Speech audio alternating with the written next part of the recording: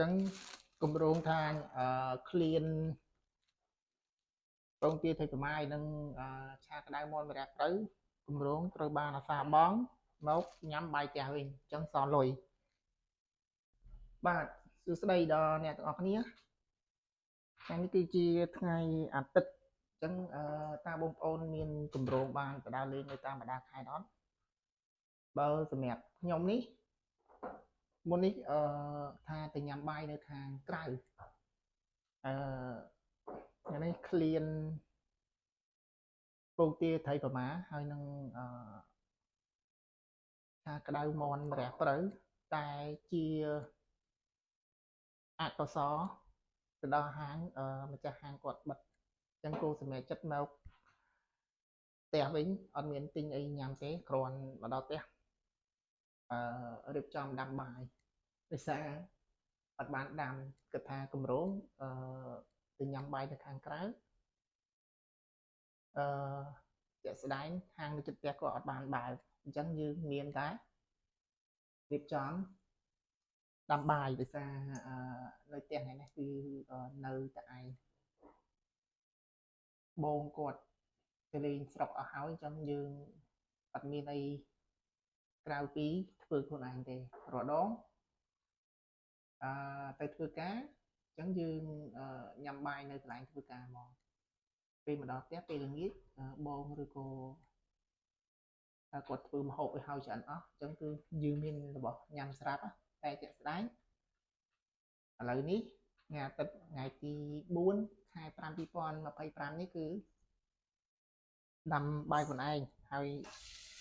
ចាំមើលថាមើលក្នុងទូថានឹងមានអីគេខ្លះមើលក្នុងទូទឹកកកឃើញពេលល្ងាចហ្នឹងឃើញថាមានត្រីកថៅហើយនឹងម៉ាំល្ហុងអញ្ចឹង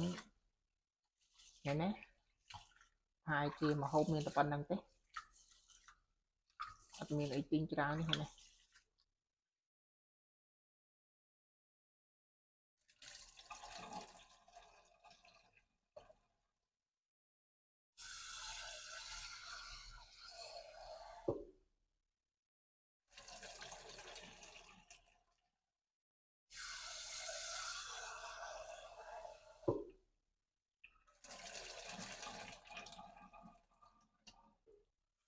ចឹងយើងដាក់ដាំបាយបតាយើងទៀនត្រីបតា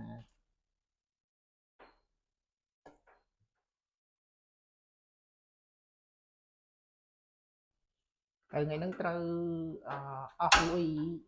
ចាយខាងក្រៅតែជាក់ស្ដែងហាងបាយដែលយើងកន្លែងហូបកំងគាត់បានបិទអញ្ចឹងគោសល់លុយធ្វើម្ហូបញ៉ាំនៅផ្ទះខ្លួនឯង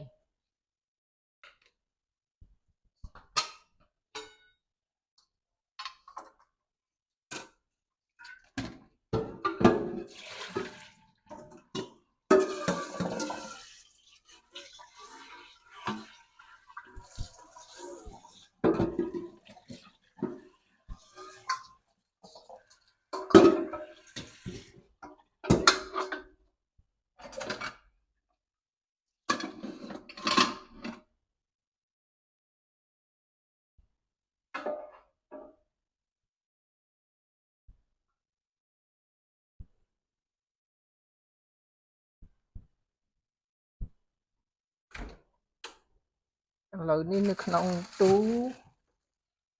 មានត្រីកថៅអូត្រីកថៅហើយនឹងត្រីកេះត្រីកថៅហើយនឹងត្រីកេះអូរួចមកពេលទៀតយ៉ាងណា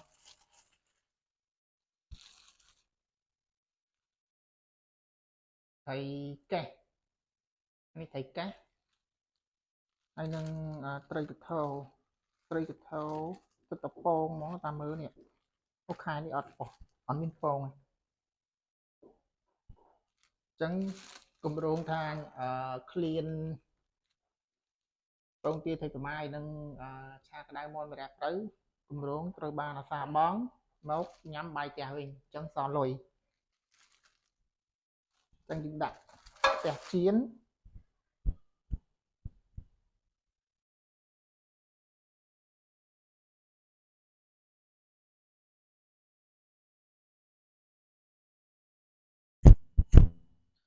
ចឹងយើងដាក់ផ្ទះជៀនទៅ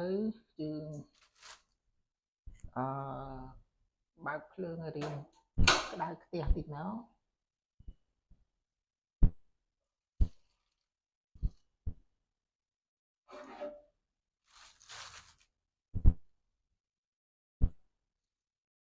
យើងដាក់ខ្លាញ់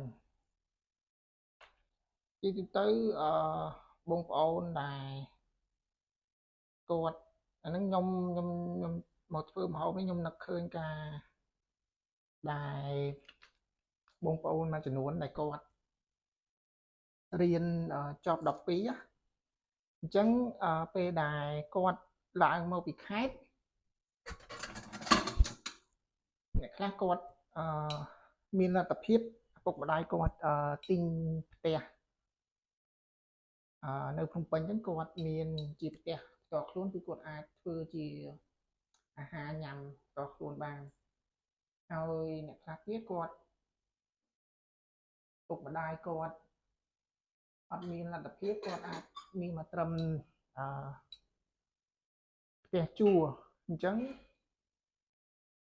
យើងអាចនេះយើងអាចធ្វើជាម្ហូបញ៉ាំក៏បានឬអាចនឹង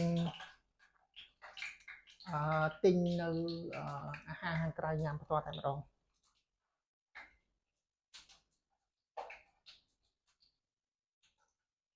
បាទអញ្ចឹងសម្រាប់ខ្ញុំការដែលខ្ញុំចប់ទី12ខ្ញុំធ្លាប់ការមកឡើងនៅឡើងមករស់នៅភ្នំពេញខ្ញុំក៏ធ្លាប់នៅផ្ទះជួលដែរអញ្ចឹងក៏ធ្លាប់ធ្វើម្ហូបញ៉ាំដែរបាទអញ្ចឹងអ្វីក៏ដោយគឺមានតែជាយាមព្រោះថាមនុស្សម្នាក់យើងមានការរស់នៅផ្សេងគ្នាតាក់ទងនឹង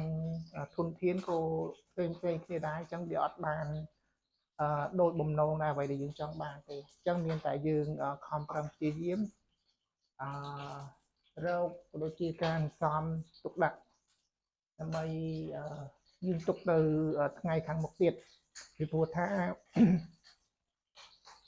ថ្ងៃខាងមុខយើងអត់ដឹងថាយើងនឹងមានបញ្ហាអ្វីកើតឡើងទេអញ្ចឹងគឺមានតែព្យាយាមអូនផ្ទុះបាទអញ្ចឹងសម្រាប់វីដេអូរបស់ខ្ញុំថ្ងៃនេះគឺខ្ញុំគ្រាន់តែចង់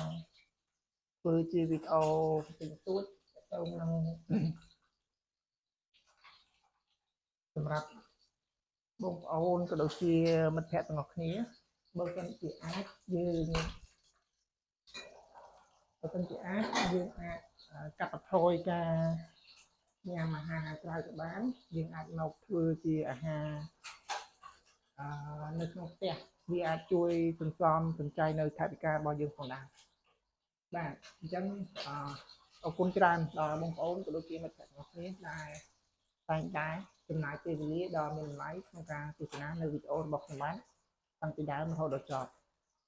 ជម្រាបលាបាយបាយ